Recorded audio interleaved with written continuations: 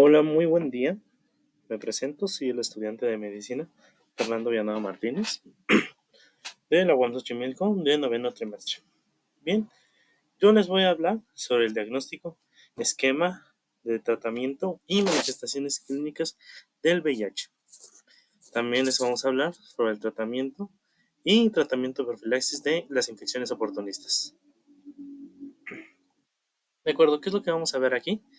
Vamos a ver la introducción, el diagnóstico, las manifestaciones clínicas, análisis clínicos que se deben de hacer, algoritmos, pruebas para VIH, los tratamientos para el VIH, cómo se relaciona el VIH y las infecciones oportunistas, y tratamiento de las infecciones oportunistas, y por último, las bibliografías que se usaron para este proyecto.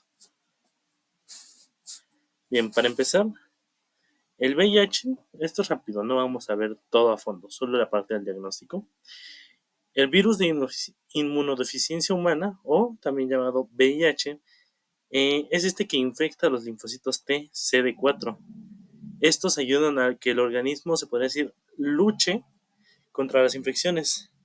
El virus es demasiado rápido y se multiplica dentro de esas células y acaba dañándolas y destruyéndolas. Ahora, si no tenemos un tratamiento eficaz de una combinación de medicamentos, porque no es solo uno, van a ser varios, llamados antirretrovíricos, el sistema inmunitario se debilitará al punto que ya no podrá combatir infecciones ni ninguna enfermedad.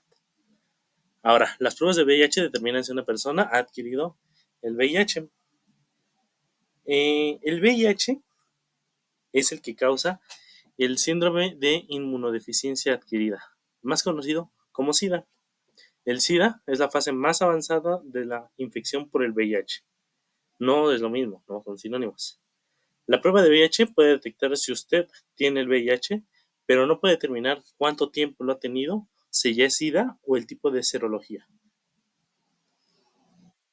Ahora, como se mencionó, son rápidas estas pruebas, son bastante rápidas y eso es bueno. ¿Por qué?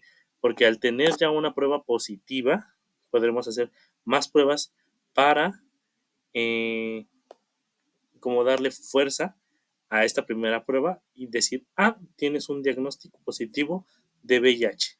Ahora vamos a hacerte la prueba de hace cuánto, qué tipo de serología y vamos a empezar con tu tratamiento. Esto es importante.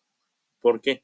Porque el tratamiento debe ser de inmediato en cuanto sepamos. Se manda al área correspondiente. ¿Ok? Las pruebas de VIH, las que son más usadas, se detectan los anticuerpos que se generan como parte de la respuesta inmunitaria para luchar contra el virus. No importa que haya destruido los CD4, tenemos otro tipo de linfocitos también, los cuales nos van a avisar de, oye, alguien está atacando, tenemos esto. ¿Okay? En la mayoría de las personas, los anticuerpos contra el VIH aparecen en los 28 días posteriores a la infección, o sea, que existe una ventana de 28 días. Ahora, ¿cuál es la excepción a esta regla? Porque siempre hay excepciones. Los neonatos, bueno, los bebés, diría por ahí una doctora, que los neonatos hacen sus propias reglas. Entonces, las únicas pruebas de detección rápida no van con lactantes menores a 18 meses que tengan madres positivas al VIH. A ellos se les hace pruebas directamente para saber si ya tienen, no la prueba rápida. Ahora, el diagnóstico de manifestaciones clínicas, ¿cómo son? Bien, hay que empezar con signos y síntomas del síndrome retroviral agudo. Este se clasifica en agudo si son de 2 a 4 semanas posteriores a la infección. Esto casi nunca pasa, pero si tú supiste que tuviste relaciones, si tú estuviste en contacto con sangre, agujas, algún factor de riesgo sobre una persona positiva VIH conocido, de inmediato, casi no, pero sí, casi sí, siempre hay que hacer eso, ¿de acuerdo? Entonces, ¿qué es lo que se puede presentar? Podemos presentar cefalea, fiebre, mialgias, adenomegalias, meningitis aséptica, mielopatías, entre otras. Ahora, signos y síntomas, pero a una infección crónica. Esto quiere decir de 7 a 10 años posteriores a la infección. Sí, esta no se va, llegó para quedarse. ¿Ok? Entonces, ¿qué es lo que puede tener? puede tener fiebre de un mes de evolución, pérdida de más del 10% del peso corporal, infecciones oportunistas, ya empezamos a ver la relación que tienen, síndrome diarreico crónico, más de un mes. Esto es importante porque cuando yo empezaba a llegar a las clínicas, llegó un paciente en el que dijo, es que yo tenía una diarrea que no se quitaba con nada. Y la doctora que estaba a cargo de mí me dijo, cuando me dijo diarrea que no se quite con nada, ella inmediatamente sospechó VIH y después sí nos dijo que sí era positivo a VIH. Es por eso que hay que saber muy bien las manifestaciones clínicas y cómo hacer el diagnóstico. Angiometasis, angiomatosis basilar, candidiasis vaginal, candidiasis orofaringia y displasia cervical severa. Ahora, manifestaciones clínicas, pero en un interrogatorio. Ok, de acuerdo, porque no vamos a ir directamente a hacer pruebas, a lanzarnos a las pruebas de, tú tuviste contacto, te hacemos una prueba, o no sabes si tuviste contacto, te hacemos una prueba por cualquier cosa, ¿no? No, somos de, bueno, varios, somos de primer nivel y hay que saber cómo es que va a pasar, ¿de acuerdo?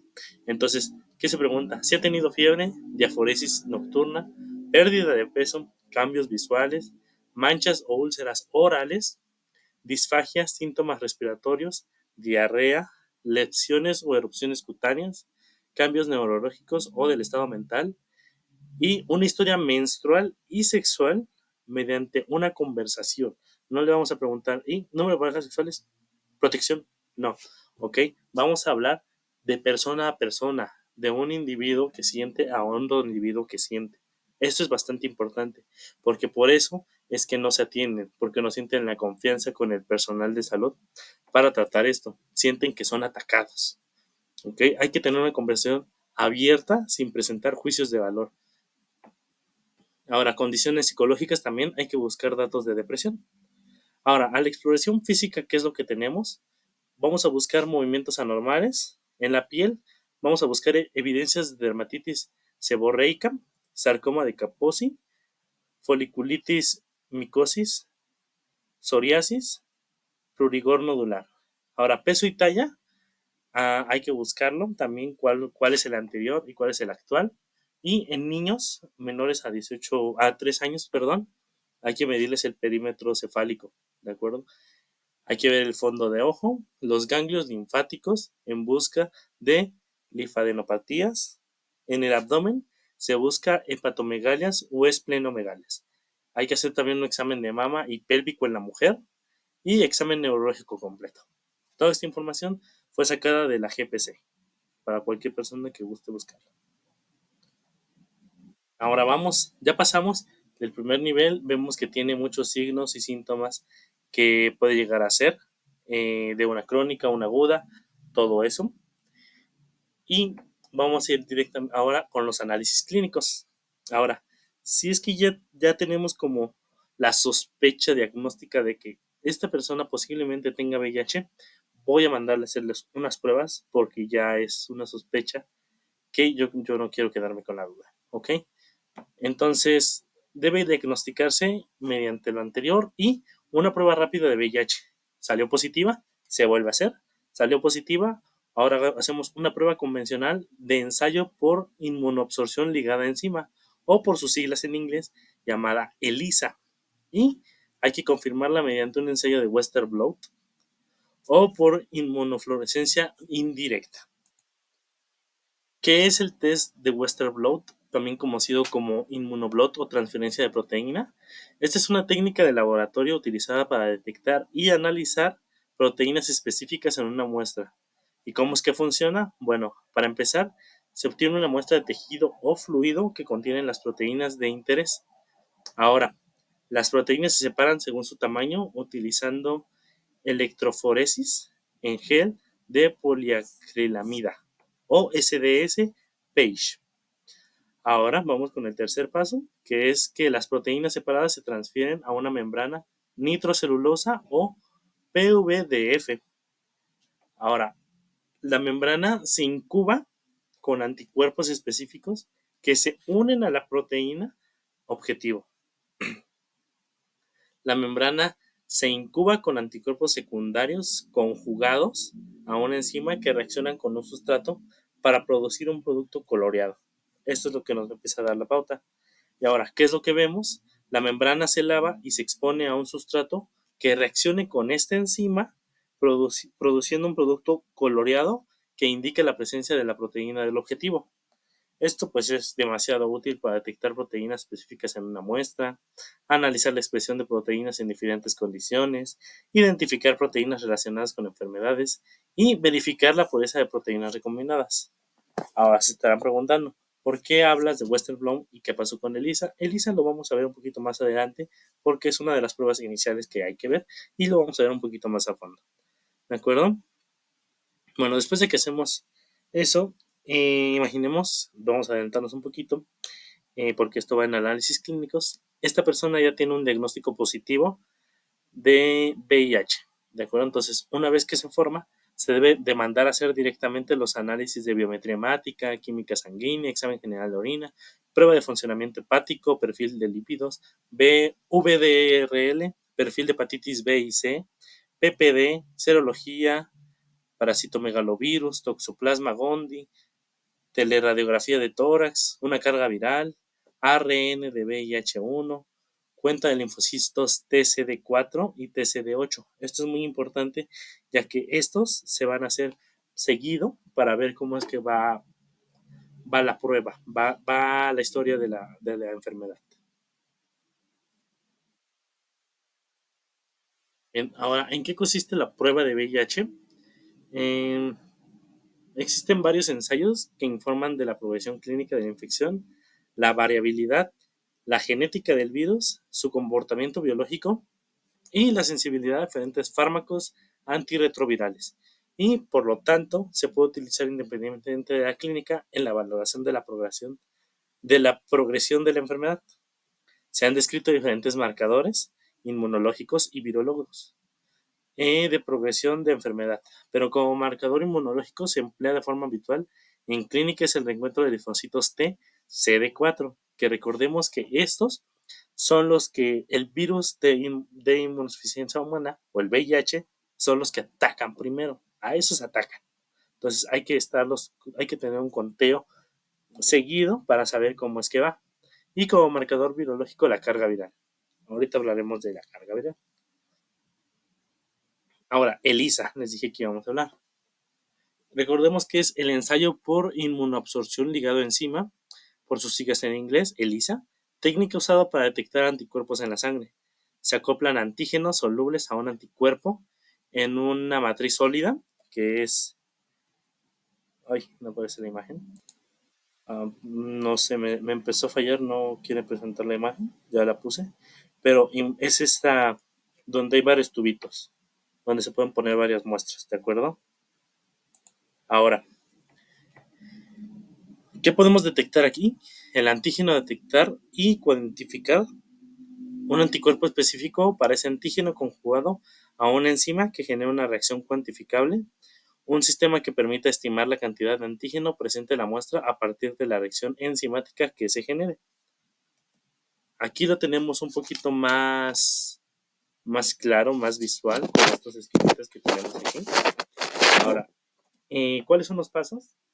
Para empezar, se recubre previamente los micropocillos, que son estos de esta rejilla, con los antígenos objetivos para detectar anticuerpos o anticuerpos de antígeno. ¿Ok? En el paso 2 se añaden las muestras a analizar e incubar para permitir la unión entre los antígenos y los anticuerpos. En el paso 3 se retira la muestra y se añaden los anticuerpos especiales que se van a adherir al lado opuesto de los anticuerpos, ¿ok? En la parte inferior de la Y del anticuerpo, en la detección, ¿de acuerdo? Esta es la que tenemos, de anticuerpos o de los antígenos, que es la parte superior de la Y, como se podría decir, ¿no? Entonces se incuba la muestra para permitir la unión y se lava para asegurarnos que se eliminen los anticuerpos o antígenos que no se hayan adherido, es decir, los que no son el objetivo. Ahora, ¿qué hay en el paso 4? Aquí se añade el anticuerpo que está marcado con un detector que emite fluorescencia y este se adherirá a los anticuerpos especiales que hicimos en el anterior paso. En ese momento, la muestra se incuba de nuevo para permitir esta unión y se vuelve a lavar para asegurarnos de eliminar los anticuerpos marcados que no se hayan adherido, o sea, los que no tenemos interés. En el paso 5 se añade el reactivo que se desencadenará la fluorescencia de los anticuerpos marcados que se hayan adherido y luego se incuba para volver a asegurar su unión. En el paso 6 se lee la muestra normalmente usando una máquina especial calibrada a una longitud de onda específica para cuantificar el cambio de color. Hay algunas ligeras variaciones en este proceso dependiendo de si es ELISA directo, como lo tenemos aquí.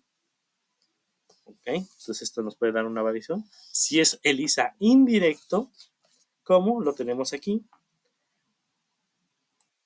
O también el conocido ELISA de sándwich. Ok. Cada tipo tiene sus ventajas y desventajas, pero al final todos obtienen los mismos resultados. Cuanto mayor sea la absorción o cambio de color, mayor será la concentración esperada de antígeno o anticuerpo objetivo en la muestra analizada. ¿De acuerdo? Ahora, ¿para qué se aplica ELISA? No solo para VIH, porque esta prueba, pues, entre comillas, es sencilla, sí tarda porque hay que incubarse, se deben guardar, se debe limpiar, se debe de ver que se haya adherido, todo eso. Se abre para múltiples test, diagnósticos cualitativos y cuantitativos, infección o alguna enfermedad autoinmune de laboratorios sanitarios, para diagnosticar unas pruebas que pueden ser cáncer, hepatitis B, C, la presencia en el organismo humano del VIH, que es lo que estamos viendo, o la más reciente para COVID-19. Ahora, aquí es donde tenemos los algoritmos que vamos a ver todo lo que vimos anteriormente. Ahora, este es un algoritmo sacado de la GPC, diagnóstico y referencia oportuno del paciente con infección del VIH, en el primer nivel de atención. Ahora, ¿cómo es el diagnóstico serológico en el paciente con sospecha por infección de VIH? Primero tenemos un paciente con factores de riesgo por infección por VIH. Le hacemos un ELISA o prueba rápida de VIH. ¿Qué salió? ¿Positiva o negativa? Salió positiva, digamos. Hay que repetir prueba de ELISA o realizar otra prueba rápida y si salió positiva, ELISA. Nueva para ELISA VIH positiva, digamos que sí. Realizar prueba confirmatoria de Western blot, ¿ok? Y ahora, ¿cómo salió Western blot? Positivo, igual. Y ahora, eso es un diagnóstico de infección por VIH. Ahora, imaginemos que una prueba ELISA o la prueba rápida salieron negativas. Considera repetir las pruebas en 3 meses. Recordemos que tenemos una ventana de 28 días. Entonces, salió negativa, pero tienes muchos factores, en 3 meses vuelves o un poquito antes. ¿Ok? Ahora, ELISA, ¿cómo salió? ¿Positivo o negativa? Si salió positiva, va para lo mismo, Western blot y confirmar. Si salió negativa, este es un paciente sin VIH y hay que darle recomendaciones de medidas preventivas, cuidados y una vigilancia. Ahora, imaginemos que una prueba ELISA salió positiva y una prueba ELISA salió negativa. ¿Qué procede? Hay que repetir ELISA en 3 meses o valorar una PCR cualitativa en piroinfecciones. Ahora, imaginemos que la prueba Western blot con la que vamos a confirmar ya el diagnóstico final sale negativa. Hay que realizar una prueba por PCR cualitativa de VIH. ¿Okay? Esta nueva prueba, ¿qué dio? Positivo, diagnóstico de VIH. Negativo, diagnóstico que no es VIH. Ahora, ¿qué pasa cuando tenemos a un paciente con VIH? Igual tenemos el algoritmo de que el paciente con diagnóstico de infección de VIH hay que reevaluar la clínica completa, otra vez todo. Y ahora, tiene signos o síntomas de enfermedad o infecciones oportunistas asociadas. Estas las vamos a ver y verán por qué es importante. Imaginemos que sí tiene signos o síntomas de alguna infección. De acuerdo que tiene varicela, aunque a esta persona ya le haya dado varicela en su infancia, pero le volvió a dar. Entonces, ¿tiene varicela? ¿Requiere hospitalización? Digamos que sí, porque es una patología que sí requiere hospitalización. Hay que referir a unidad de segundo o tercer nivel para el diagnóstico y el tratamiento definitivo, no solo para la varicela en este ejemplo, sino también para el VIH. Ahora, imaginemos que con la varicela no requiere hospitalización. Hay que solicitar estudios generales que ya se mostraron anteriormente y programar el envío al especialista para tratamiento definitivo y hay que hacer un seguimiento. Ahora, esto pasa lo mismo si es que esta persona no tiene ningún signo o síntoma de que tiene alguna infección oportunista. Ahora vamos con el tratamiento. ¿Cuál sería este tratamiento? El tratamiento para infección de VIH son los conocidos tratamientos antirretrovirales o también conocidos en los mundos como TAR, que es una combinación de varios fármacos. Bueno, recapitulando, ataca la célula CD4 el VIH porque su principal función es combatir las infecciones. Estas pérdidas le dificultan al sistema inmune combatir dichas infecciones. Los fármacos de VIH impiden que este virus se siga replicando. Recordemos que es muy rápido. Entra en los linfocitos TCD4, los empiezan a romper, los deshacen. Estos evitan que se repliquen y reduce la carga viral. Y esto que mencionamos ahorita, la carga viral, es importante porque al tener menos carga viral en el cuerpo, el sistema inmunitario tiene muchísimas más posibilidades de recuperarse y volver a producir linfocitos CD4 aun cuando quede todavía de VIH en el organismo. Recordemos que esto es una enfermedad que no tiene cura, solo tiene para tener una vida lo más normal posible. Este sistema inmunitario ya con una carga viral baja ayuda a combatir infecciones y ciertos tipos de cánceres relacionados con el VIH. Ahora, al disminuir la carga viral del VIH es lo mejor que puede pasar en un paciente con diagnóstico positivo. Los fármacos también reducen el riesgo de transmisión, como esta imagen de la OMS que sacó, que es la principal meta del tratamiento, reducir la carga viral. ¿Por qué? Porque una carga viral ya indetectable, así es como se le dice, es que significa que tiene muy poca concentración de VIH en la sangre. Es demasiado bajo como para que pueda ser detectada con una prueba de carga viral. Ahora va a lo mejor. La persona con VIH que mantiene una carga viral indetectable no tiene efectivamente riesgo alguno de transmitir VIH a sus parejas serógenas a través del coito. Esto quiere decir que una carga viral indetectable es lo mejor. Indetectable igual a intransmisible. Ahora, las personas con VIH trabajan con un proveedor de salud para escoger un régimen contra el virus. No es solo como toma esto y vuelve en 3 meses. No, hay que elegir la mejor combinación de fármacos que puede ayudar a esta persona. ¿Ok? Por eso necesitamos estudios, por eso necesitamos todo, por eso necesitamos que cuando se tenga el diagnóstico positivo, lo más rápido que se puedan hacer estudios, las citas, dar los fármacos, todo eso. Ahora, estos se agrupan en 7 grupos principales según la forma en los que actúan. Tenemos para empezar los ITINs con doble N, que son inhibidores de la transcriptasa inversa no análogo de los nucleótidos. Ahora, ¿cuál es su mecanismo de acción? Estos se unen a la transcriptasa inversa del virus, que es una enzima producida por el VIH y la cual estos se unen y la bloquean. El VIH utiliza esta enzima para convertir su ARN en ADN, ¿ok? Que esta es la transcripción inversa.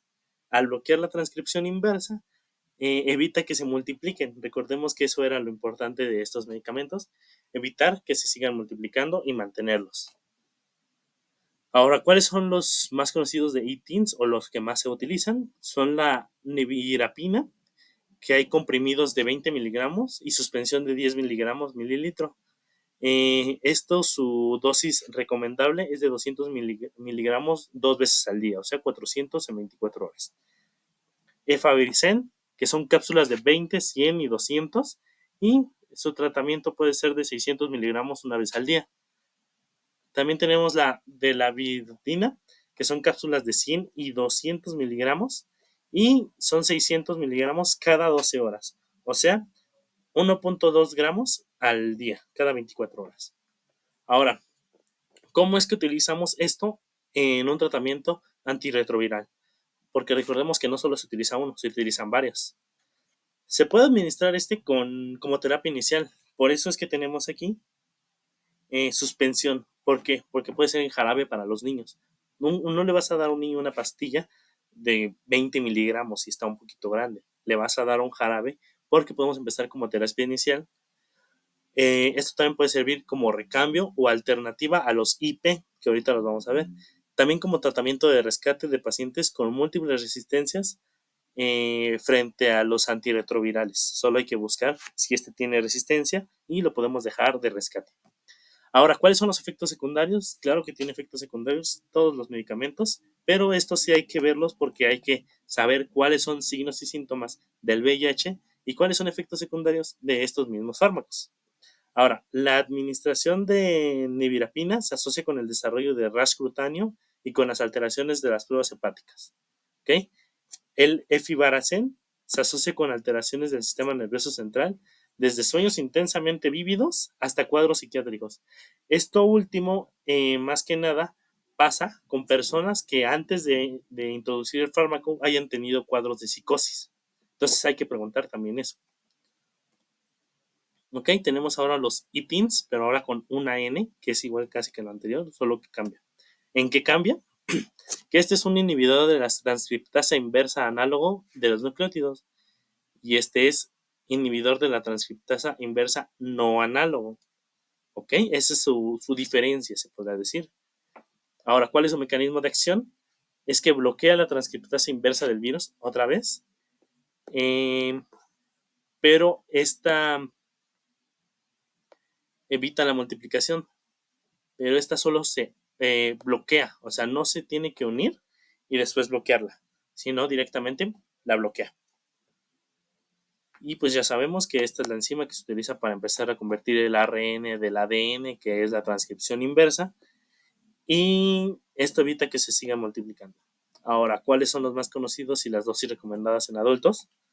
Abacavir es uno de los más utilizados, que son tabletas de 300 miligramos, y hay suspensión de 20 miligramos sobre mililitro, ¿ok? Y hay que dar 300 miligramos cada 12 horas. Hay que seguir viendo. Voy a decir hay que dar para no darnos tanta vuelta, ¿ok? Emtricitabina, que son cápsulas de 200 miligramos, suspensión de 10 miligramos, y hay que dar 200 miligramos cada 24 horas. Lamivudina, tabletas de 150 miligramos y 300 miligramos, ahora sí hay dos aquí, y hay en suspensión de 10 miligramos sobre mililitro, y estos son 300 cada 24 horas. ¿Cómo se utiliza esto en un tratamiento antirretroviral? Se puede administrar como terapia inicial, como recambio o alternativas a CIP, también con tratamiento de rescate a los pacientes con múltiples resistencias frente a los antirretrovirales. ¿A qué les suena? Igual que el anterior. ¿Sí? Solo cambia su mecanismo de acción. Pero estos que pueden dar, sí dan otros efectos secundarios diferentes. La administración de abacavir aumenta el riesgo a personas que ya hayan tenido factores de riesgo a nivel cardíaco con un infarto agudo al miocardio. La emtricitabina puede presentar decoloración en la piel y la lamivudina puede provocar pancreatitis en algunos niños. Y ahora, los tres fármacos anteriores tienen algo en común. Pueden desencadenar el síndrome inflamatorio de reconstitución inmunitario, o también conocido IRIS. Ahora, vamos con los IP que mencionamos, que se pueden cambiar por los CITIN. Los IP son inhibidores de la proteasa. ¿Cuál es su mecanismo de acción? Estos bloquean la proteasa, obviamente por el nombre lo dice, en el nombre viene la penitencia, que es una enzima del VIH, y estos al bloquearla evitan que el nuevo VIH, o sea, un VIH inmaduro, se convierta en un virus maduro capaz de infectar a otros linfocitos CD4. Entonces, no llega directamente el VIH maduro a atacar, sino llega, se tiene que acoplar, meterse en la célula y empezar a madurar para poder deshacerla por dentro. ¿Estos qué hacen? Hacen que no maduren. ¿Y ya qué pasa? Ya no se pueden multiplicar, van a ir perdiéndose, perdiéndose, perdiéndose. Ahora, ¿cuáles son de los más conocidos? Tenemos el atazanavir, que son cápsulas de 100, 150, 200 y 300. Aquí sí tenemos para escoger. También tenemos en polvo, hay muchos en polvo, que son 50 miligramos por sobre, y estos se dan de 300 miligramos al día combinados con 100 miligramos de ritonavir con comidas. ¿Okay? ¿Con comidas para qué? Esto se va a decir de una vez. Esto para aumentar la cantidad que podemos llegar a tener de este fármaco en plasma. También tenemos la darunavir, que son comprimidos de 75, 150, 600 y 800 miligramos, y existe la suspensión de 100 miligramos o medio mililitro. Estos podemos dar de 100 a 800 miligramos combinado con 100 miligramos de ritonavir. También tenemos la fosamprenavir, que son tabletas de 700 miligramos, y esto más que nada es como un tratamiento para niños, pero ahorita estamos hablando de adultos. Ya meternos con los tratamientos de los niños sería muchísima información. Entonces yo lo puse como adultos, que son personas mayores a 39 kilogramos, que ya son todos los de arriba. Se da 700 miligramos, que es una tableta, más 100 miligramos de ritonavir cada 12 horas. Ahora, ya vimos que mencionamos mucho el ritonavir. ¿Qué pasa? Es que estos mismos se tienen que juntar. ¿Para qué? Para que le dé un potencial, muestre que tiene un potencial que le dé para aumentar su efectividad. Y ahorita vamos a ver cuál es el ritonavir, porque no es IP. Ahora, ¿qué efectos secundarios mostró? El atazanavir, el darunavir y el fosaneprin mostró mayor riesgo de presentar erupción cutánea leve, enfermedades crónicas, cálculos renales, problemas de vesícula, hiperglucemias, síndrome de lipodistrofia, aumento de episodios de sangrados a pacientes con hemofilia. ¿De acuerdo? Ahora vamos a pasar con los inhibidores de la fusión, los cuales son los que interfieren con la entrada del VIH o HIV, aquí se puso así porque en inglés así es como lo podemos encontrar, en las células uniéndolos a una subunidad de glicoproteínas que forman la cubierta del virus, lo que impide que tengan los cambios conformacionales necesarios. ¿Para qué? Para que produzca la fusión entre la membrana del virus y la célula diana nuestra. Ok, entonces nombre y dosis recomendados en adultos, solo hay uno de los que más se usan, efuvirtida, que es un vial con 108 miligramos para preparar en una solución que contiene 90 miligramos sobre mililitro. Esto se da 2 veces al día. Solo es un fármaco el cual es inyectable. Ahora, ¿cuál es el tratamiento? Este, como es uno, no se da por sí solo, sino es una combinación con otros medicamentos antirretrovirales en el tratamiento que haya formado los tratamientos con inhibidores de la proteasa, que son IP, ITINs ITINs con una N. También está indicada en aquellos pacientes que no toleran el tratamiento con otros antirretrovirales. Este lo agarramos como de rescate, como de los últimos. ¿De acuerdo? Entonces tenemos como efecto secundario de este que presentaron en la mayoría de los casos dolor, comezón, irritación en el área de la aplicación, pero esto sin limitar las actividades diarias. En casos muy, muy raros, pero llega a pasar, hay abscesos y celulitis en el lugar de la aplicación. Otras reacciones que llegaron a tener fueron sinusitis, papiloma cutáneo, linfodenopatía, disminución del apetito, anorexia, ansiedad, irritabilidad y neuropatías. Disculpen el ruido, fue que es que por aquí, por mi casa, su casa, pasan muchos camiones. Bien, ahora tenemos agonistas de CCR5. ¿Cuáles son su mecanismo de acción? Bloquean los correceptores de CCR5, obviamente, en la superficie de los linfocitos CD4 que necesita para penetrar en ellos. Este no tiene un efecto en el VIH, sino en nuestros linfocitos CD4. ¿Qué hace? Pues ya veo que tú intentas meterte, te bloqueo, pongo otra capa, ya no puedes entrar. Hazle como quieras, pero no puedes entrar. Ahora, ¿cuál es el que tenemos? Tenemos el Maraviroc, que son tabletas de 25, 75, 150 y 300 miligramos. También tenemos una suspensión de 20 miligramos sobre mililitro y este se aplica 2 veces al día dependiendo del tratamiento antirretroviral concomitante, o sea, que no solo se utiliza solo, se utiliza con otros. Esta es una combinación de medicamentos antirretrovirales que está indicado para el tratamiento en pacientes adultos infectados solo con VIH-1 con tropismo CCR5 detectable. O sea, este solo se pone en pacientes muy específicos. ¿Qué efectos secundarios tiene?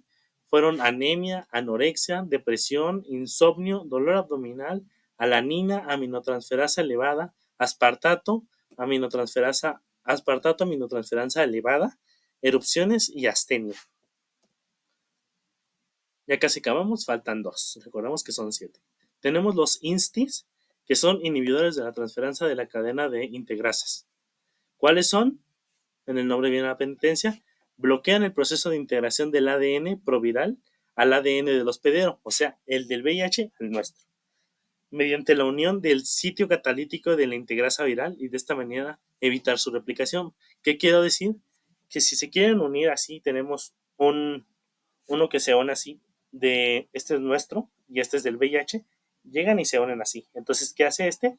Tiene más rapidez, llega más rápido, se une primero antes que el nuestro y ya no tiene dónde unirse. ¿De acuerdo? ¿Cuáles son los que más tenemos? Tenemos el cabotegravir, que son tabletas de 30 miligramos, uno cada 24 horas, combinados estos con rilpivirina de 25 miligramos. Viales de una sola dosis tenemos de 600 miligramos sobre 3 mililitros de suspensión, inyectables de liberación prolongada. Tenemos la dolutegravir, que son tabletas de 50 miligramos, tabletas de suspensión oral de 5 miligramos y hay que dar un comprimido por día. Tenemos también la raltegravir, que son tabletas de 400 y 600 miligramos con película de revestimiento entérico, tabletas masticables de 25 y 100 miligramos, y tenemos también que son paquetes de un solo uso. ¿Cuál es la terapia en la que tenemos? Bien, recordemos que se hace el proceso de replicación del VIH por 3 enzimas importantes.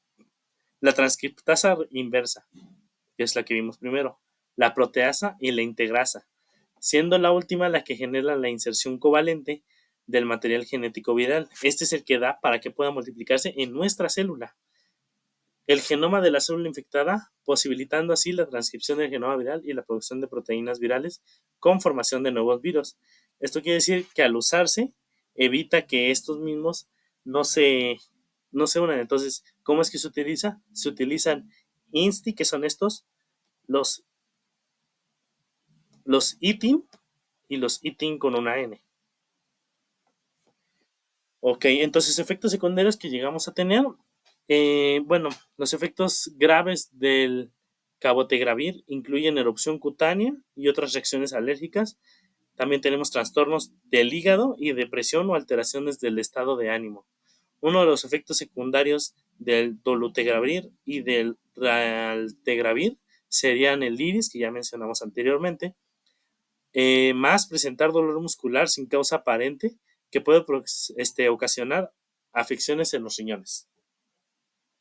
Y por último, pero no menos importante, tenemos a los inhibidores de la postfijación. Estos bloquean los receptores de CD4 en la superficie de ciertos inmunocitos que el VIH necesita para entrar a la célula. ¿Esto qué quiere decir? Que entró y digamos, ya está dentro de la célula. Pero ahora, ¿qué hacemos?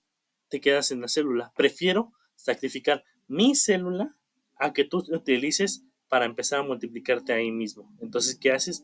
Que ahí adentro te empiezas a multiplicar, ya no puedes salir y ya es como fallece porque no tiene un lugar a donde multiplicarse, como subsistir.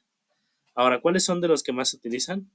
Ivalizum se presenta en viales de solución de dosis única de 200 miligramos sobre 1.33 mililitros para uso intravenoso.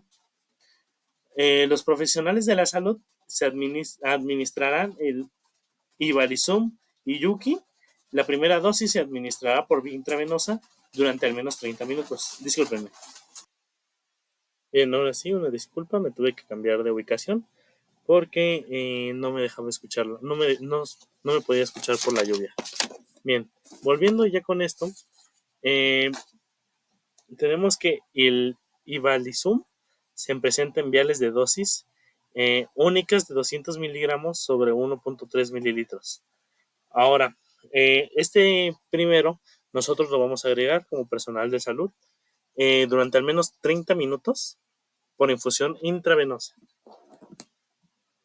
Después de la primera dosis, la dosis de mantenimiento de Ivalizumab se administrará durante al menos 15 minutos por infección intravenosa. Este es un tratamiento que se debe de hacer cada 2 semanas. Ahora, ¿cuál es el tratamiento aquí? En combinación con otros antirretrovirales, está indicado para el tratamiento de VIH en adultos con mucha experiencia en tratamientos con infecciones por VIH-1 que tienen resistencia a múltiples fármacos, que estos no responden a su régimen antirretroviral actual. Ahora, ¿cuáles son los efectos secundarios que podemos llegar a tener? Diarrea y erupciones cutáneas. Es lo único.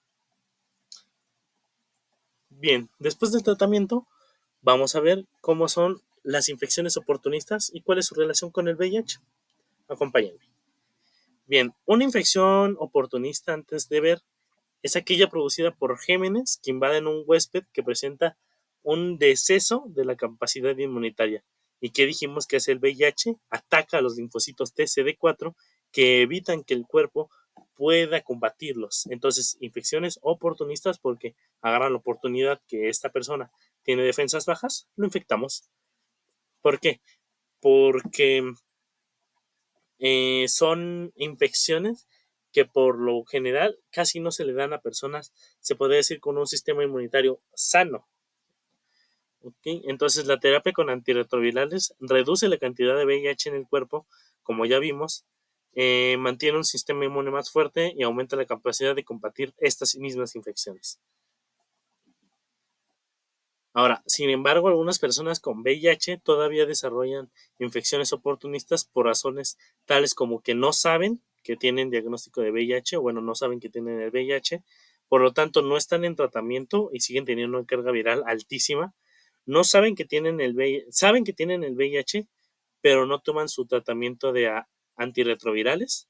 Tuvieron el VIH durante mucho tiempo antes de ser diagnosticada y por lo tanto su sistema inmune está debilitado.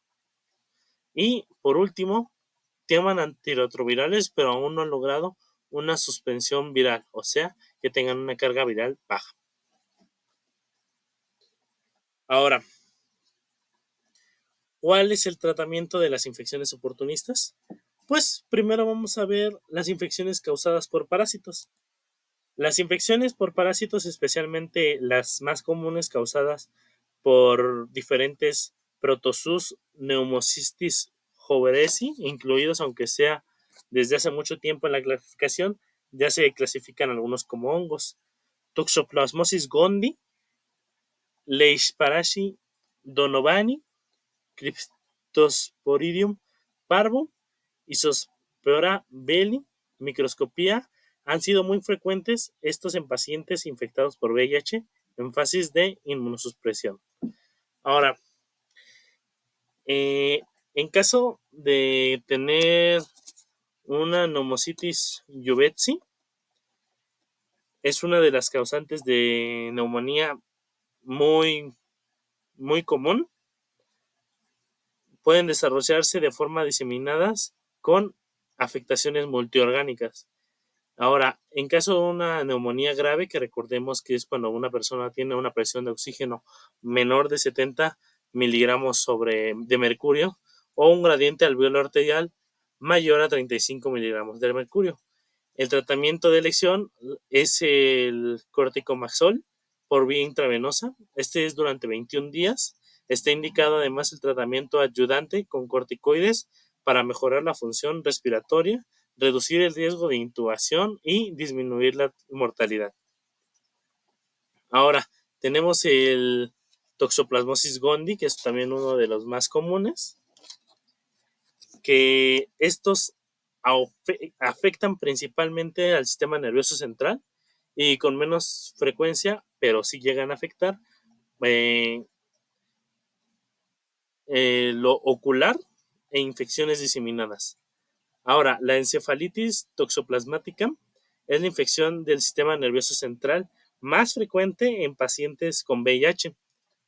Ante un paciente con riesgo de encefalitis toxoplasmática, hay que saber cuántas células de CD4 tiene, linfocitos CD4 tiene. ¿Por qué? Porque si tiene menor a 100 células y serología positiva a Toxoplasmosis gondii, presenta una clínica neurológica y lesiones focales compatibles en la tomografía o en la resonancia magnética, se recomienda iniciar un tratamiento empírico anti-toxoplasmas. ¿Ok? Entonces, no podemos esperarnos tanto a que se haga el cultivo, directamente un tratamiento empírico. Ahora, ¿cuál es este tratamiento? Es la asociación de sulfadiazina y pirimetina durante 6 a 8 semanas. También se debe de añadir el ácido folínico para evitar la toxicidad hematológica de la pirimetamina. Y beber abundante agua, ¿esto para qué? Para evitar cristalización tubular de la sulfudiazina. En caso de selección de rápida respuesta al tratamiento, que se apeguen bien, que funcione bastante bien en ellos y que tengamos imágenes en las pruebas radiológicas que dan buen resultado, podemos acortar el tratamiento de la fase aguda de 3 a 4 semanas. Pasado el tratamiento de mantenimiento y ya lo dejamos así. Bien, ahora tenemos la Leishmania donovani. ¿Que esto de qué trata? Es una enfermedad oportunista, claramente, que aparece con cierta frecuencia en áreas endémicas y sus manifestaciones clínicas son similares a la de los pacientes VIH negativos, pero tienen como diferencias porque pueden desarrollarse en localizaciones atípicas, lengua, tubo digestivo, todos esos. ¿De acuerdo? Durante este tiempo,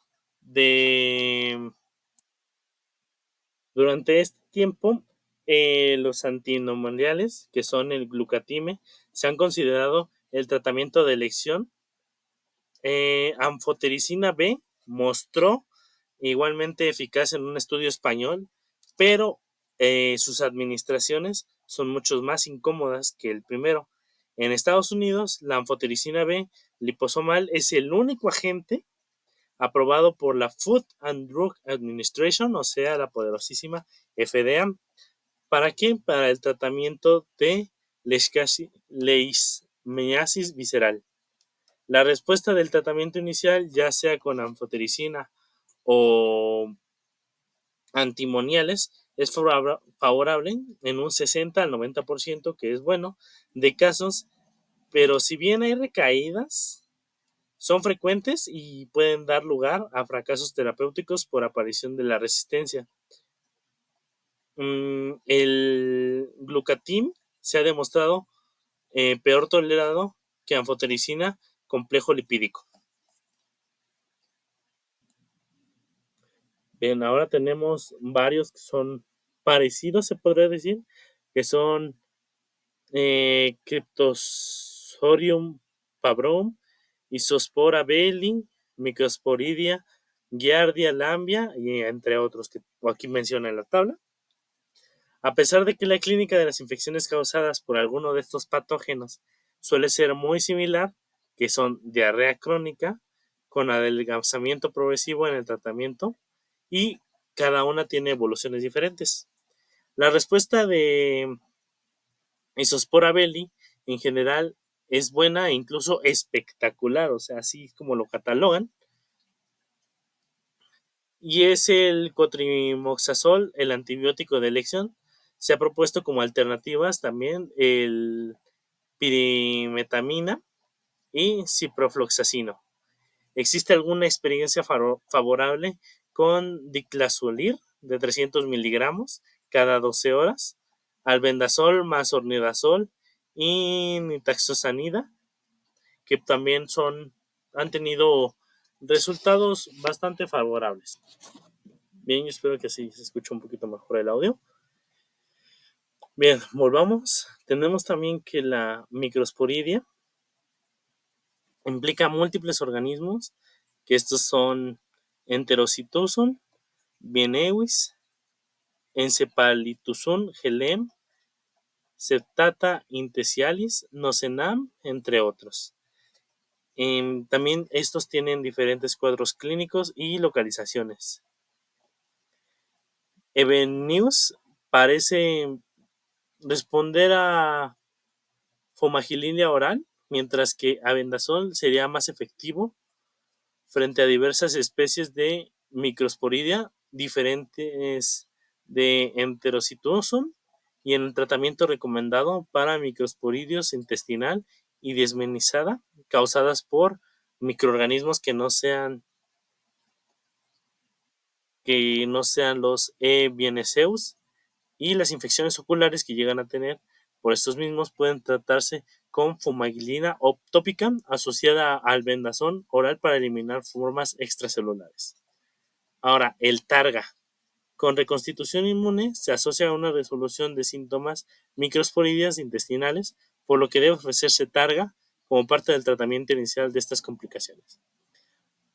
Lo mismo sucede en el caso de Cryptosporidium, en que la respuesta al tratamiento específico, entre comillas, ha sido siempre desalentador. El tratamiento antirretroviral puede asociarse a una compleja resolución de síntomas de esta enfermedad y debe darse como parte del manejo inicial.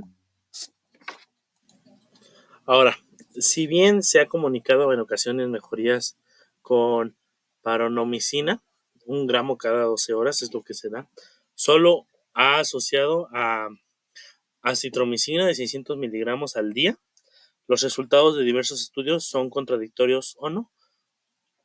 Son no muy concluyentes y en la actualidad no se recomienda para el uso de paromicina para esta enfermedad. Tenemos también la nitosanidida, tiene una actividad in vitro frente al Cryptosporidium parvum en dosis de 500 a 1000 miligramos cada 12 horas. Durante 14 días mostró tener una tasa de curación mayor a un grupo de control de pacientes de CD4, estos que tienen por encima de 50 unidades, ¿ok? Pero no es lo más, pero no en los más inmunodeprimidos, o sea, 50 es lo mínimo. Finalmente tenemos a la Gelambia, Entombella coli, Endolims nana y Blastocitus hominis. También pueden causar cuadros diarreicos en pacientes infectados con el VIH, aunque su presencia en heces no siempre implica un papel patógeno. Suele responder al tratamiento de metronidazol, aunque las reactividades son frecuentes. De hecho, el albendazol sería la alternativa y otras opciones también son furazolanida, tinidazol o quinacrina. Entonces, ahora tenemos las infecciones causadas por... Ahora, en las infecciones causadas por hongos, el fluconazol es el antifúngico de elección para el tratamiento de la candidiasis mucosa en pacientes infectados con VIH. Suelen recomendarse de 7 a 14 días. El tratamiento para la candidiasis oral y de 14 a 21 días para la esofaringia. Aunque en un estudio se comprobó que prolongar el tratamiento no daba mejoría. O sea, solo hasta ahí. Hasta 21 días es lo que mejor ha dado. Ahora, ¿qué es lo que tenemos para empezar? Tenemos la candidiasis oral, pero no solo tenemos esa. La candidiasis de la mucosa orofaringea y esofágica han sido las infecciones oportunistas más frecuentes en pacientes con infecciones por el VIH. La candidiasis vulvovaginal resulta un problema a veces importante en algunos pacientes porque todavía no se ha llegado a demostrar que exista una asociación inevoca entre estas enfermedades y la infección por el VIH. La candidiasis esofágica es una infección diagnosticada de SIDA porque los síntomas son disfagia y odofagia, pero pueden cursar de manera asintomática también. Ahora, los antifúngicos tópicos, como la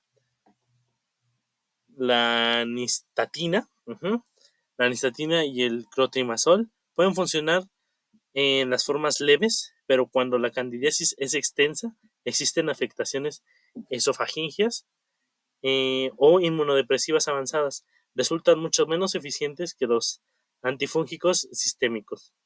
Ahora, el itraconazol en suspensión tiene una eficacia similar a la del fluconazol para el tratamiento de la candidiasis oral o esofágica, pero lo malo es que se toleró peor.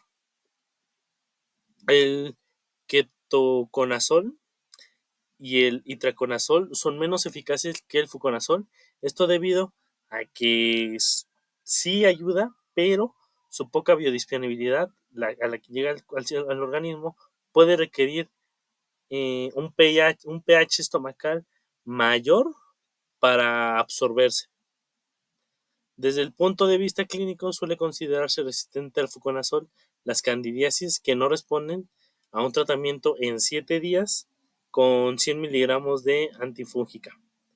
Ahora, la esofagia de Candida SSP resistente a fluconazol puede tratarse con caspofúngica, anterofincia B o posaconazol.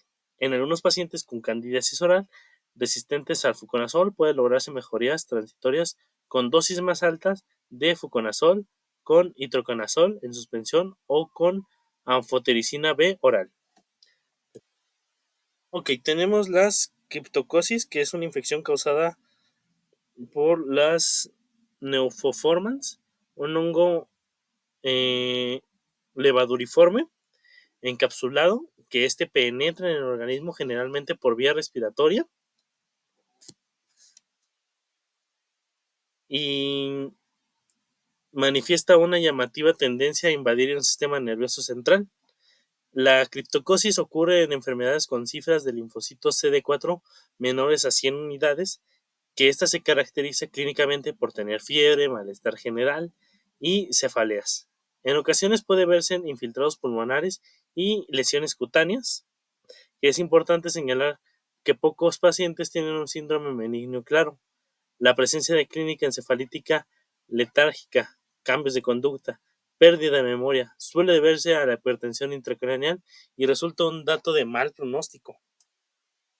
Ahora, aparte de que puede llegar a tener un mal pronóstico, algunos pacientes llegaron a perder la vista, esto por la hipertensión intracraneal o invasión fúngica al nervio óptico.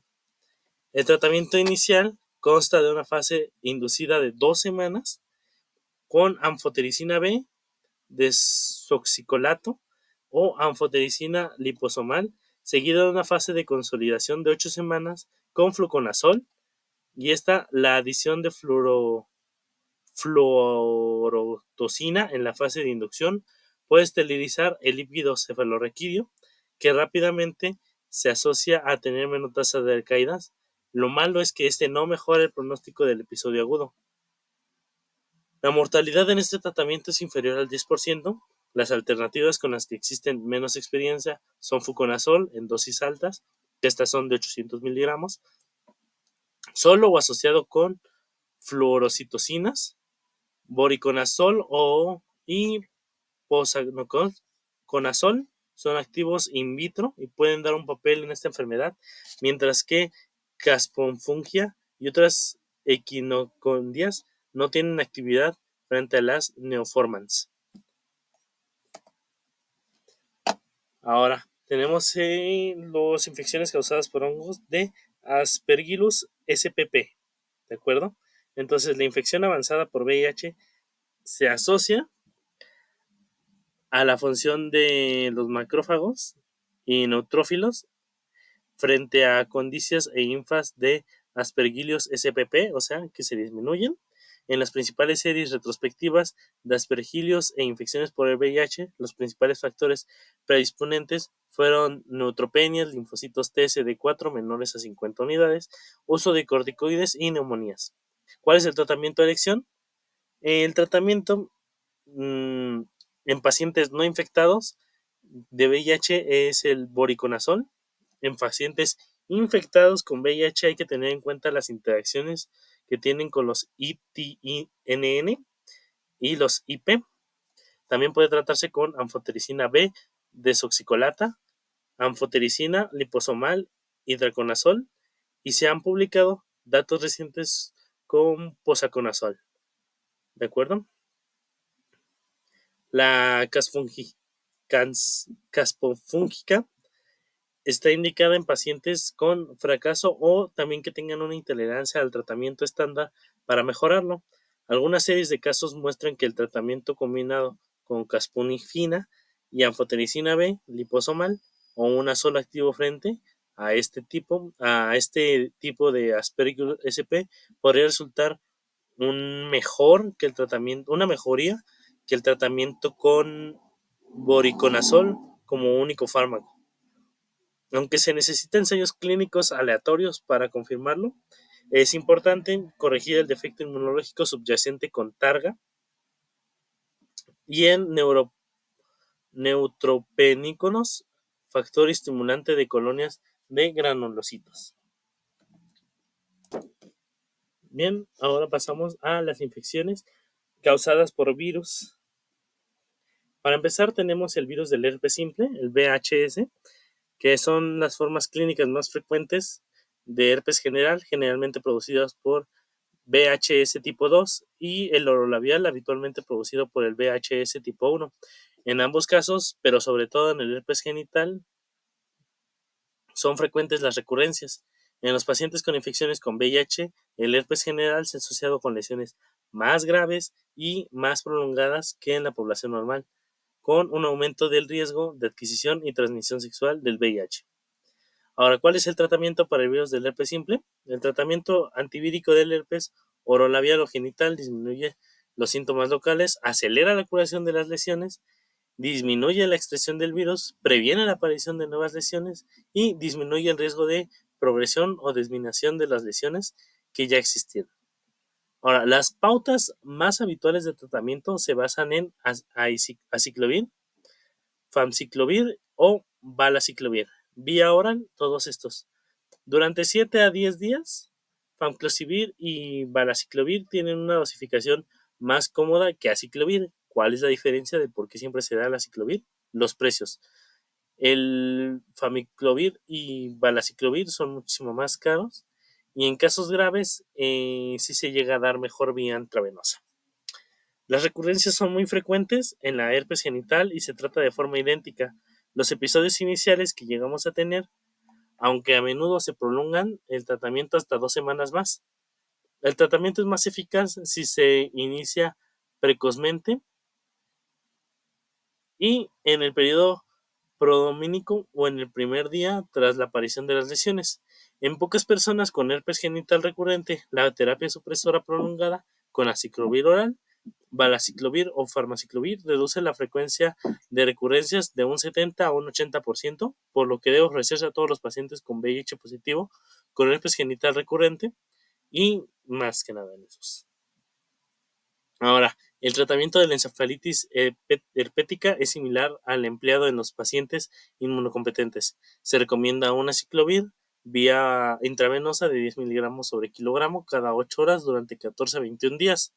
Tiene que iniciarse de forma empírica lo más antes posible cuando se sospeche el diagnóstico. ¿Okay? La esofagitis y la proctitis herpética responde al aciclovir sistémico, que es habitual iniciar el tratamiento por vía intravenosa y continuar por vía oral. Si los episodios son recurrentes, puede ser necesario un tratamiento supresor. Tenemos también las infecciones por VIH resistentes al aciclovir, que es lo que pasa cuando tenemos el aciclovir que es muy resistente. La posibilidad de resistencia a los antibióticos cuando las lesiones no mejoran son que se haya administrado y de 7 a 10 días no haya surtido efecto, no haya mejorado, haya un deceso, ¿de acuerdo? En los síntomas. Cuando se sospeche resistencia, tiene que tomarse una muestra de la lesión para cultivo y si se aísla el virus, hay que realizar un estudio de sensibilidad a los antivíricos. El tratamiento recomendado es fosfacarnet intravenosa. Sin embargo, el 60% de los pacientes con aislados resistentes a nucleósidos tratados con fosacarnet pueden desarrollar también resistencia a este fármaco. El cidofovir y la trifuridina también pueden resultar útiles en el tratamiento de cepas resistentes a la ciclovir. Ahora también tenemos el virus de la varicela zoster, que es el VVZ. También lo pueden encontrar mucho en la bibliografía. En este se ha considerado una posibilidad de dar resistencia a los antibióticos cuando las lesiones no mejoran después de 7 a 10 días de un tratamiento administrado correctamente. Cuando se sospeche resistencia, que tiene que tomarse una muestra de la lesión y hay que ver qué tipo de tratamiento se puede llegar a dar, porque la incidencia de estas infecciones es mucho mayor en los pacientes con infecciones de VIH que en la población general pueden ocurrir con cualquier recuento de linfocitos CD4. Y como en la población general suelen presentarse en la mayoría de los casos como un herpes zóster, en pacientes con inmunodepresión avanzada, la presentación clínica puede ser diferente y del curso clínico puede ser alterado. Uno de los síndromes clínicos mejorados eh, que se han caracterizado últimamente en pacientes con infecciones por VIH es la necrosis retiniana. Ahora, el herpes zóster localizado, que son las pautas más habituales, tratamiento conscientes en aciclovir, famciclovir o valaciclovir por vía oral durante 7 a 10 días. El tratamiento va dirigido a prevenir la diserción de la infección, sobre todo en pacientes inmunodeprimidos mayores a 50 años. Estos que llegan a tener síntomas y lo que tenemos que llegar a tener con ellos es reducir el riesgo de neuralgias post-terapéuticas. No existen datos de beneficios del uso de corticoides en pacientes con infecciones por el VIH y en general no se recomienda su empleo en estos pacientes. La mayoría de eficacia de los fármacos antivíricos se consigue cuando se administran las primeras 72 horas tras la aparición de las lesiones cutáneas. En los enfermos con las infecciones de VIH pueden continuar apareciendo lesiones durante más de una semana y la afectación de la rama oftálmica del trigémino reviste especialmente gravedad. Por ello, en estos casos está justificado el tratamiento antivírico e incluso más allá de las 72 horas. Ahora, la varicela herpes zóster diseminada o con afectaciones viscerales, que existen afectaciones viscerales que son preferibles iniciar el tratamiento con aciclovir vía intravenosa, que puede ser razonable continuar con el tratamiento por vía oral con aciclovir, valaciclovir o famiciclovir una vez que el paciente ha mejorado. La necrosis retiniana aguda periférica suele responder también al tratamiento con aciclovir intravenosa en dosis muy altas que pueden continuar con valaciclovir. Ahora vamos a recordar un poquito pedia. Tenemos el citomegalovirus, que la incidencia por esta enfermedad, esta patología en los pacientes infectados con VIH ha disminuido en los últimos años desde la introducción de Targa. Los síndromes clínicos más frecuentes son retinitis, colitis, esofagitis, neumotitis y las afectaciones en el sistema nervioso central. Empecemos con la retinitis, ¿de acuerdo? La retinitis es el proceso más frecuente y su importancia deriva en el elevado riesgo de pérdida de visión que se supone que no se debería tener hasta llegar a tener una infección muy avanzada. Los casos de rinitis con riesgo inminente de ceguera requieren un tratamiento urgente para intentar preservar la visión. En la era precarga, la pauta terapéutica más empleada para la retinitis por citomegalovirus fue la administración intravenosa de ganciclovir, fosfacarnet o cidofovir. Durante este periodo de inducción de 2 a 3 semanas, con estos tratamientos se lograban respuestas iniciales favorables en más del 75% de los pacientes y se continuaban con terapias de mantenimiento. Con estos mismos fármacos también por vía intravenosa o con ganciclovir que se puede dar por vía oral. Ahora, las pautas que incluyen implantes intraoculares de ganciclovir reducen sustancialmente la progresión de la retinitis en comparación con el ganciclovir intravenoso. Las pautas que combinan implantes intraoculares de ganciclovir con ganciclovir oral ofrecen una protección comparable al ganciclovir intravenoso frente al desarrollo de enfermedades extraoculares. Al principal inconveniente del ganciclovir oral es su escasa biodisponibilidad. Esta tiene muy baja, del 6 al 9%, que obliga a administrar dosis muy altas varias veces al día. El desarrollo de los últimos años de valganciclovir, un profármaco del ganciclovir que es rápidamente hidrolizado, ha facilitado el tratamiento de la enfermedad por citomegalovirus con una dosis de 900 miligramos. Se logran concentraciones plasmáticas similares en las obtenidas de 5 miligramos sobre kilogramo de ganciclovir intravenoso. Bien, ahora sí viene lo fuertillo aquí, que recordemos que el VIH es una enfermedad la cual disminuye las defensas. ¿Qué pasa cuando una persona con las defensas bajas se infecta de tuberculosis? Bueno, pues las bases de este tratamiento eh, son esencia similar a las de la población general, utilizándose las mismas combinaciones de fármacos con el propósito de erradicar las diferentes poblaciones bacilares y evitar la aparición de las resistencias secundarias.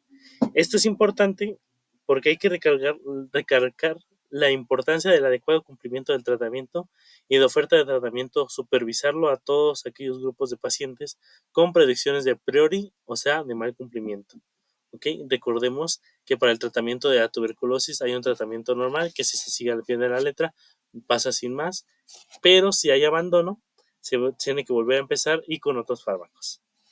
Ahora, el número de fármacos que se llega a utilizar en los pacientes confinados y los que no tienen VIH y los que sí, es lo mismo. La decisión de iniciar el tratamiento con tres, como siempre se utiliza, con la rifampicina, más la ionaciacida, más piraciamidas, o si se llega a utilizar cuatro, que sería añadirle el etamubrotol, que son fármacos que se basan en las tasas de resistencia primaria en la isoniazida, y así este es superior al 4% o un poco desconocida, que debe añadirse un cuarto fármaco hasta conocer el antibiograma, pero hay que empezar con el tratamiento empírico.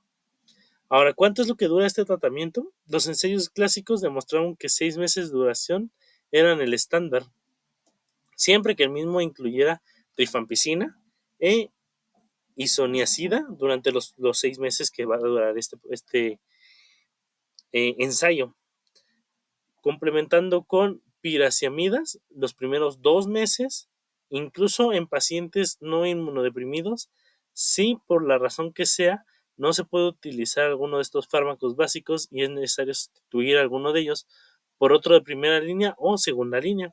Es impredecible porque no podemos prolongar el tratamiento para disminuir el riesgo de recurrencia, tampoco alargarlo muchísimo.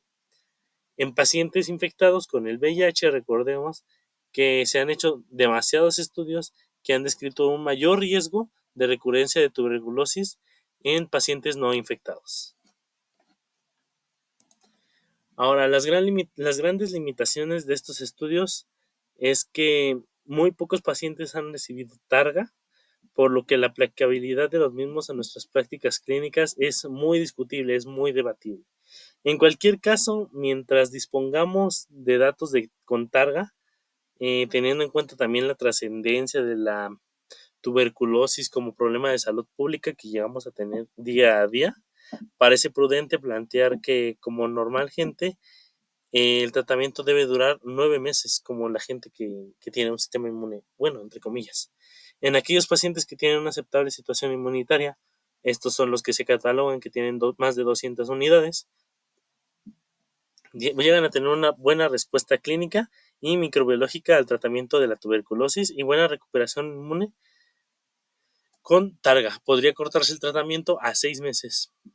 En aquellos pacientes con tuberculosis pulmonar es importante disponer de controles microbiológicos mensuales. Es necesario estar tomándose sus estudios cada mes hasta la negativización de los cultivos.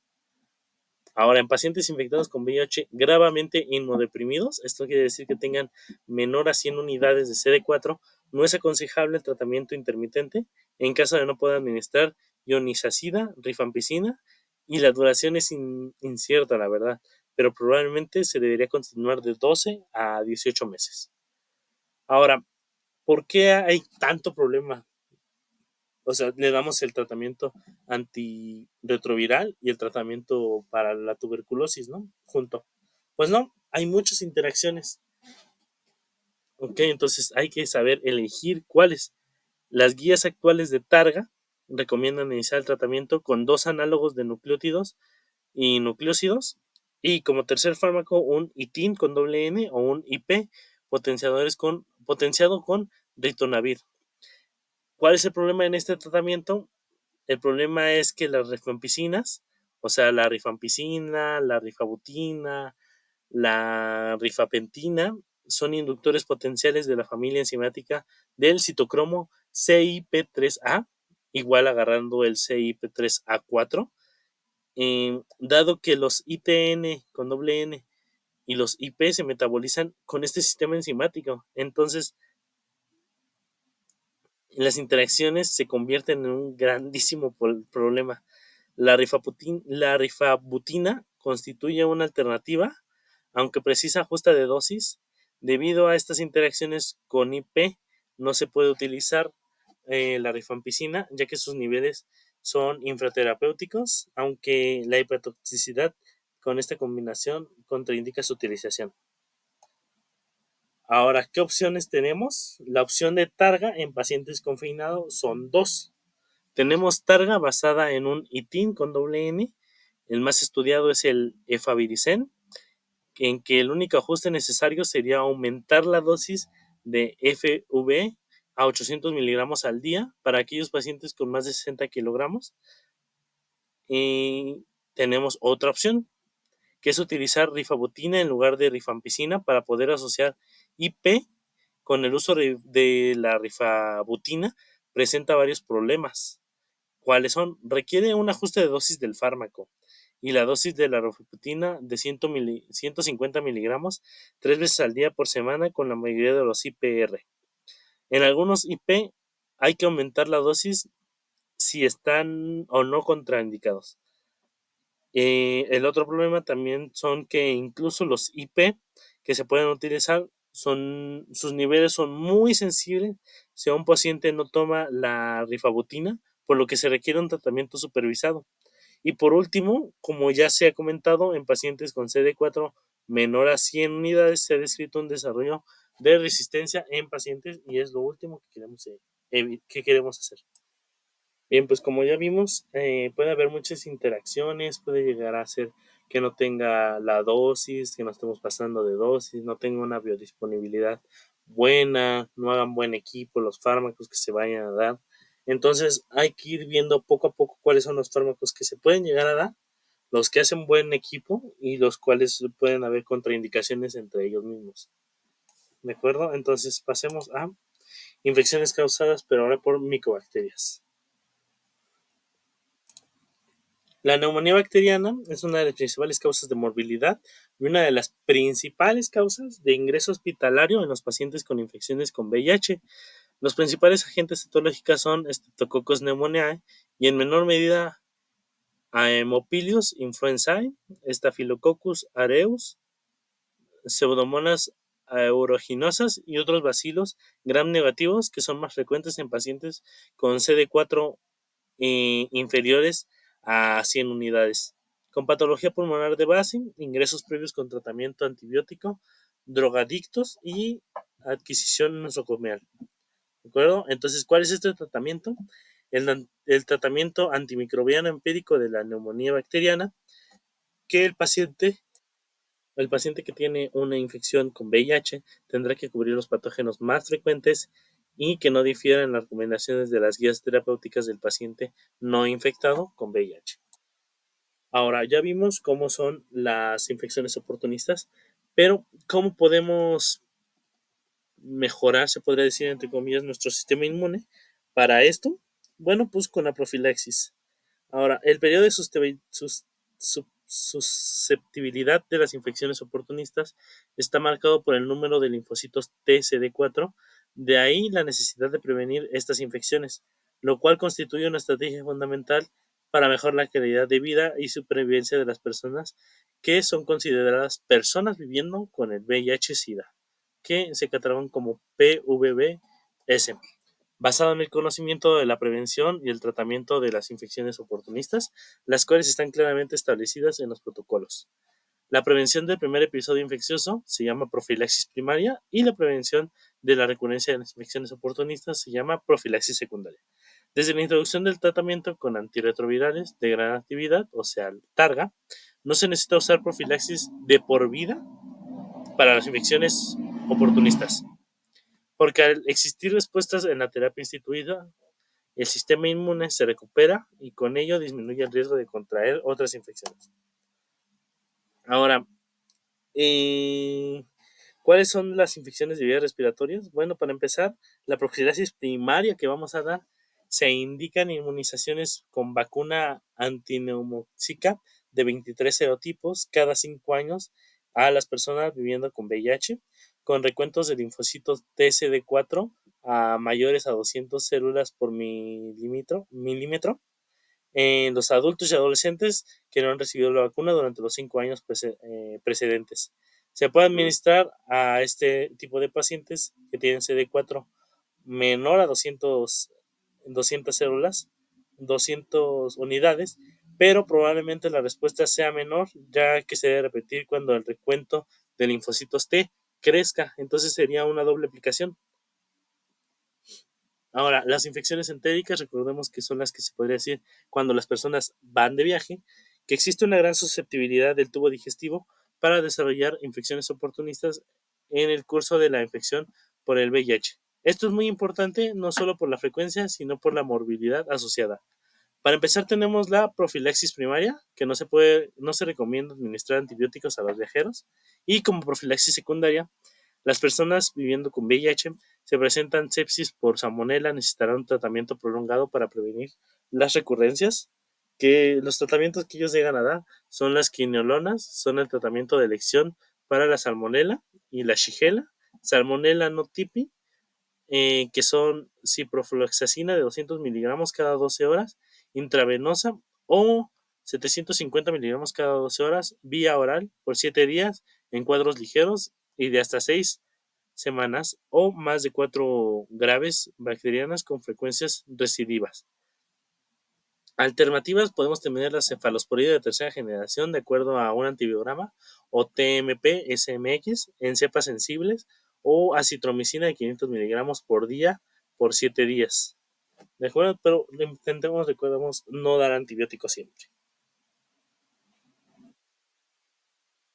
Ahora, Mycobacterium avium, las infecciones por este tipo de virus generalmente están asociadas a un recuento de linfocitos TCD4 menor a 50 unidades, puede ser parte de un cuadro sistémico y ocasionar diarrea, afecciones a la médula ósea, el hígado, el vaso y hasta los pulmones. Como profilaxis primaria, hay que iniciar cuando el recuento de linfocitos TCD4 es menor a 50, con acitromicina de 1200 miligramos a la semana vía oral o claritromicina 1000 miligramos al día. Profilaxis secundaria tenemos que debe reiniciarse si el recuento de linfocitos es menor a 100, se puede suspender con un aumento de linfocitos TCD4 mayor a 100 en 2 recuentos sucesivos en un periodo de 6 meses. Ok, entonces, ¿qué se hace en un Mycobacterium tuberculosis? Como profilaxis, estos son como profilaxis primaria, se recomienda como estrategia de control iniciar con individuos con PPD de 5 milímetros de diámetro o PPD positivo previo sin tratamiento. Hay que tener también contacto con casos de activos de tuberculosis independiente de la PPD, lactantes de hijos de madre de TB pulmonar, niños o niñas menores de 5 años que tienen contacto con adulto con tuberculosis pulmonar, con baciloscopía positiva en los cuales se ha descartado la enfermedad. Ahora, una radiografía de tórax compatible con tuberculosis previa no tratada es lo que se necesita para empezar a hacer la profilaxis primaria para saber el caminito que hay que seguir. Ahora, la profilaxis secundaria No es necesario administrar a personas que hayan completado satisfactoriamente el esquema recomendado de tratamiento. ¿Cuál es este esquema? Es una isoniazida de 300 miligramos más rifampicina de 600 miligramos más piridoxina de 50 más piraximida de 20 a 30 miligramos sobre kilogramo más etabuntamol de 15 a 25 miligramos, todos una vez al día por 2 meses, seguidos de isoniazida de 300 miligramos más rifampicina de 600 miligramos más piroxidina de 50 miligramos, por 4 meses. No sé por qué me quedan las imágenes. Bien. Ahora, la profilaxis de infecciones oportunistas, pero estas son infecciones parasitarias. Bien, primero tenemos que los Cryptosporidium, que muchas veces son asintomáticos, pero tienen un cuadro de diarrea acuosa, con o sin fiebre, que se adquiere por contacto con personas o animales infectados, así como por el agua y alimentos contaminados que causan cuadros entéricos. ¿Cuál es la profilaxis primaria? Tenemos la claritromicina de 1000 miligramos al día, o sea, 1 gramo al día. Y como profilaxis secundaria, no hay tratamiento para prevenir las recurrencias. Ahora, ¿qué otro tratamiento alternativo tenemos? La nitazoxamida de 500 miligramos cada 12 horas, vía oral por 14 días. También tenemos la paramomicina de 1 gramo cada 12 horas, más acitromicina de 500 miligramos por día por 4 semanas. Luego, paramomicina solo 8 veces por semana. Y también tenemos al final la claritromicina de 500 miligramos cada 12 horas. Ahora, la toxoplasmosis. Este protozoario intercelular ocasiona en las personas con VIH, con severas inmunodeficiencias, infección en el sistema nervioso central, frecuente como reactivación de una infección preexistente. Ahora, si tenemos una profilaxis primaria, empezar con usuarios con linfocitos TCD4 menores a 100 unidades. Primera elección tenemos a TMP y CMX de 160 y 800 miligramos, dosis única, 3 veces a la semana. Y como segunda elección tenemos el TMP SMX de 160 de 800 miligramos igual, pero ahora es un solo comprimido vía oral cada 24 horas. Las otras dosis alternativas tenemos la dapsona de 100 miligramos al día, la pirimetamina de 50 miligramos más la dapsona de 50 miligramos, más el ácido fólico o folinílico, leucovonoria de 25 miligramos, todos una vez por semana. Ahora, la profilaxis secundaria es la que vamos a tener. De primera elección, la sulfadiazina de 500 miligramos cada 6 horas, más pirimetamina de 25 a 50 miligramos al día, más ácido folínico de 10 a 25 miligramos al día vía oral. Y tenemos una alternativa que es la clindamicida de 300 a 450 miligramos cada de 6 a 8 horas, más la pirimetamina de 25 a 50 miligramos al día, más el ácido folínico de 10 a 25 miligramos al día. ¿Ok? También se puede suspender en adultos adolescentes que hayan respondido al tratamiento por 6 meses o más con un aumento de recuento de linfocitos TCD4 mayor a 200 células. Ahora, las infecciones por hongos, tenemos la neumonía por Pneumocystis jirovecii, causada por un hongo anteriormente conocido como Pneumocystis carinelli. La infección se disemina por vía aérea, que ocurre en nueva adquisición por reactivación de una infección latente. Tenemos la profilaxis primaria, que son que las pacientes con VIH incluidas en las gestantes son los que reciben estos tratamientos, que deben recibir profilaxis contra una neumonía por Pneumocystis jirovecii. Si sus reencuentros de linfocitos TCD4 son menores a 200, tienen candidiasis orofaringea. Y como primera elección tenemos TMP SMX de 160 a 800 miligramos, igual que siempre, vía oral, preferentemente una dosis 3 veces a la semana. Tenemos como elección alternativa, en el caso de una tolerancia a la tableta de dosis simple por un día, también es efectiva. También tenemos que el TMP SMX de 160/800 vía oral todos los días, la dapsona de 200 miligramos más la pirimetina de 75 miligramos una vez a la semana, más el ácido folínico de 10 a 15 miligramos al día. Una profilaxis secundaria es que trata de que en los pacientes que tienen antecedentes de una neumocitis girovesi deben administrarse prolongadamente, al menos que existen reconstituciones inmunitarias, que estos pueden ser TMP, SMX, al igual que en la profilaxis primaria. En la dapsona de 100 miligramos al día o 200 miligramos a la semana, más la pirimetamina de 50 a 75 miligramos, el ácido folínico de 500 miligramos a la semana, la pentamamina en aerosol de 300 miligramos al mes, o por último tenemos la atovaquona de 1500 miligramos al día. Y tenemos también el tratamiento profilaxis de infecciones oportunistas, pero por virus, que es aquí el que tenemos, es el herpes varicela zoster. Sé que existen muchísimos otros virus, pero o los estudios donde se quieren hacer no hay tantas infecciones oportunistas porque no se les da el tiempo de llegar a este tipo de personas, o no es recomendable en sí, o sea, prefieren darles el tratamiento que ya tienen, ¿de acuerdo? Entonces, por eso es que se han puesto tan pocas enfermedades, porque son las únicas que se encontraron que sí se les puede dar un tratamiento diferente de profilaxis. Ok, entonces volviendo ya, es que la presentación habitual de las lesiones vesiculosas dolorosas distribuidas en dermatomas pueden aparecer en cualquier estado de la infección por VIH. También pueden presentarse en forma cutánea extensa o diseminada. Tenemos una profilaxis primaria que trata de que los adultos susceptibles al herpes zóster deben recibir inmunoglobulina de 125 miligramos por unidad de 10 kilogramos hasta 625 unidades antes de cumplir 96 horas de contacto.